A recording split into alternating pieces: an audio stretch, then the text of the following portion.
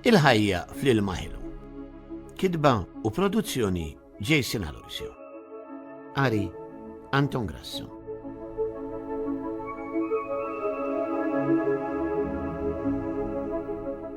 Il-Gżejjer Maltin huma magħrufa nuqqas ta' dajjar kbar, xmajjar u ilma ħelu ieħor. Għal-kważi nofs is-sena ma tinżil xita u sħana tas-sajf tkompli tnixxef fil-kampanija tagħna. Imma mal-bidu tal-ħarifa tasal l-ewwel xita, tant mistennija wara xhur twal ta' nixfa. Ftit ġimgħat il-kampanja tieħu dera ġdida, friska u wisq aktar ħadra minn qabel. Mill-widien jerġa' jgħaddi l-ilma u fil-blat tax-xari jiffurmaw dajjar żgħar tal-ilma ħelu. F'dawn l-ambjenti nsibu varjetà kbira ta' annimali żgħar li għaddu ħajjithom jew għall-anqas parti minnha fl-ilma ħelu.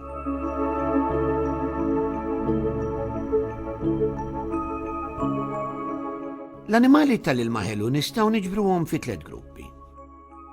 Dawk li jgħixu fuq wiċċ l-ilma, dawk li jgħumu u dawk li jimxu jew jitkaxkru fuq il-pjanti tal-ilma jew fuq it-tajn tal-qiegħ. Mill-ewwel grupp nistgħu nsibu l-iżgiċċ, insett żgħir iswed u komuni li għadda ħajtu jħu fuq wiċċ l-ilma.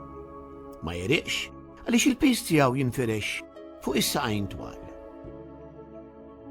Ħafna aktar komuni huma dawk l-annimali li jgħumu taħt wiċċ l-ilma. L-aktar magħruf fosthom huwa l-marżepp li hu l-ferħ ta' żrinċijiet.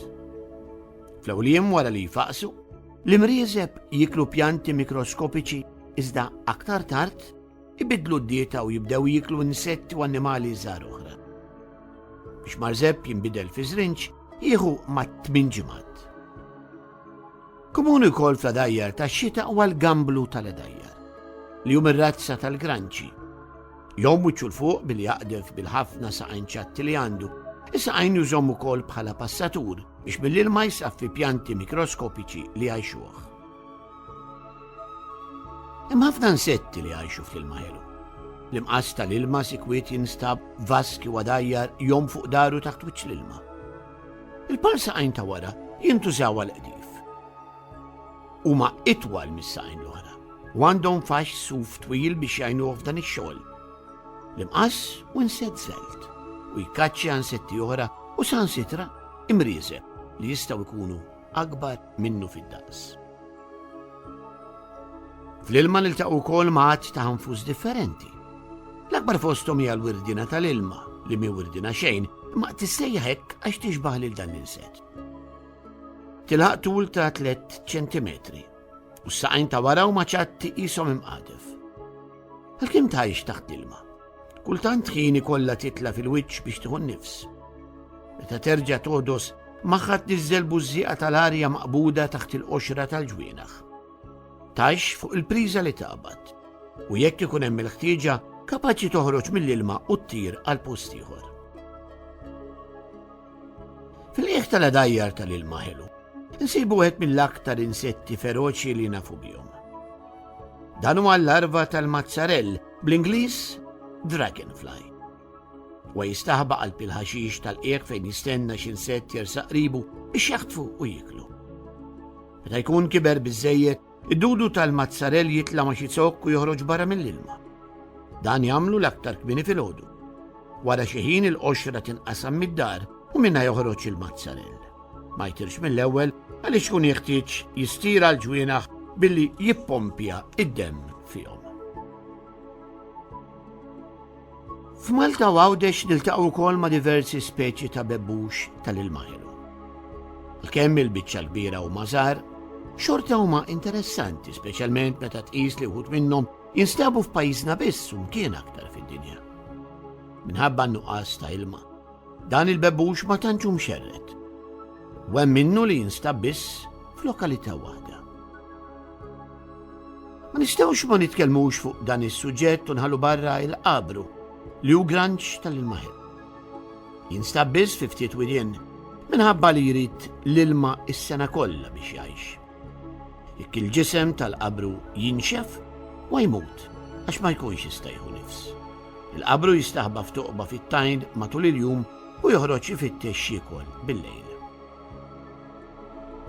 Fl-ilma jew qribu jikbru kolat ta' pjanti.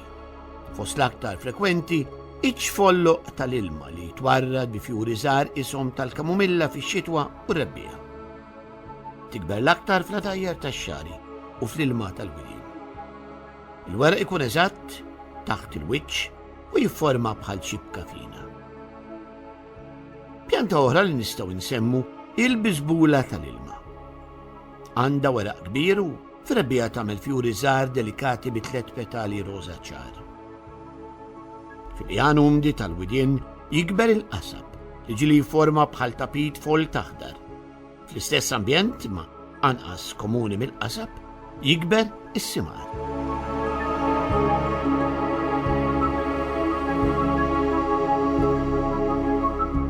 Fl-ilma jitrabba n-nemus u fejn ikun in-nemus jinġabar il-ħuttaf li tir bla waqfin fil-waqt li jiekol minn dawn l-insetti. Il-ħuttaf jidher f'numri kbar fiż-żewġ passes u xi ftit pari jibqgħu magħna biex ibejtu. Jaqbes minn qasba l-oħra spiss ikun hemm ukoll il-vjolin tax-xitwa li bħal ħuttaf jinġibed mill-abbundanza ta' insetti fuq l-ilma biex jagħmel festa minnhom. L-anja sempliċi ta' dan l-asfur tinstema' fil-ġranet sbieħ tax-xitwa. U jiġri man-nixjat tal-widien għandek tara t-sakak ta' dell li bħal vjolin tax-xitwa jidher minn Ottubru sa' Marzu. It-sakak ta' dell li bejjed qrib in-nixjat tal-muntanja. Ħaġa tal-iskantament f'dawn l-aħħar snin irnexxielu jbejjed pajjiżna f'siti mħaffrin għal kostruzzjoni u li jimtlew bl-ilma tax-xita. F'xi widien u fil-qiegħ ta' barrieri fejn jinġema l-ilma ġieli jbejjed ukoll il-gallozz iswed.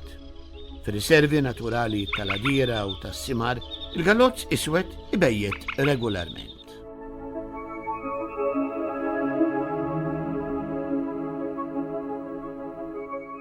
Sfortunatament il-qagħda tal-ftit ambjenti bl-ilma ħelu li għandna f'pajjiżna mhix tajba, u aktar ma jgħaddi żmien aktar sejra lura. L-ippumpjar esaġerat tal-ilma tal-pjan nixef parti kbira tan-nixxijat tal-ilma fil-widien u dawk li fadal għandhom livelli għolja ta' nitrati u kimiċi li oriġinaw mill-bidja u trobbija tal-bejjem. Problema oħra kbira li s-siba tista' tgħid f'kuladira permanenti li għandna bħal dawk f'Tasarraflu, taħt Ċambrej u fil-Qattara li l-koll jinsabu f'Għawdex il-introduzzjoni tal-ħut tal-ilma ħelu f'Kieren u Papri. Il-ħut u l-fkieren jagħmlu ħerba mill-ħleq li jgħixu fl-ilma, fil-waqt li l-papri inizzu l-ilma bil-ħmiġ abbundanti tagħhom. Il-ġbir illegali ta' xi speċi ewlenin fosthom il-qabru u l-gambli tal-għadajjar qed ikompli jressaqhom lejn xifer il-qerda. U probabbli li diġà tlifna qatt ta' speċi mingħajr ħadd ma ntebaħ. Jekk ma noqogħdux attenti, nitilfu oħrajn. Għalkemm huma ħlejaq żgħar u ftit li xejn magħrufa, xorta waħda jixrieqlhom ir-rispett tagħna u li jiġu mħarsa bħal bqija tal-wirt naturali ta' pajjiżna.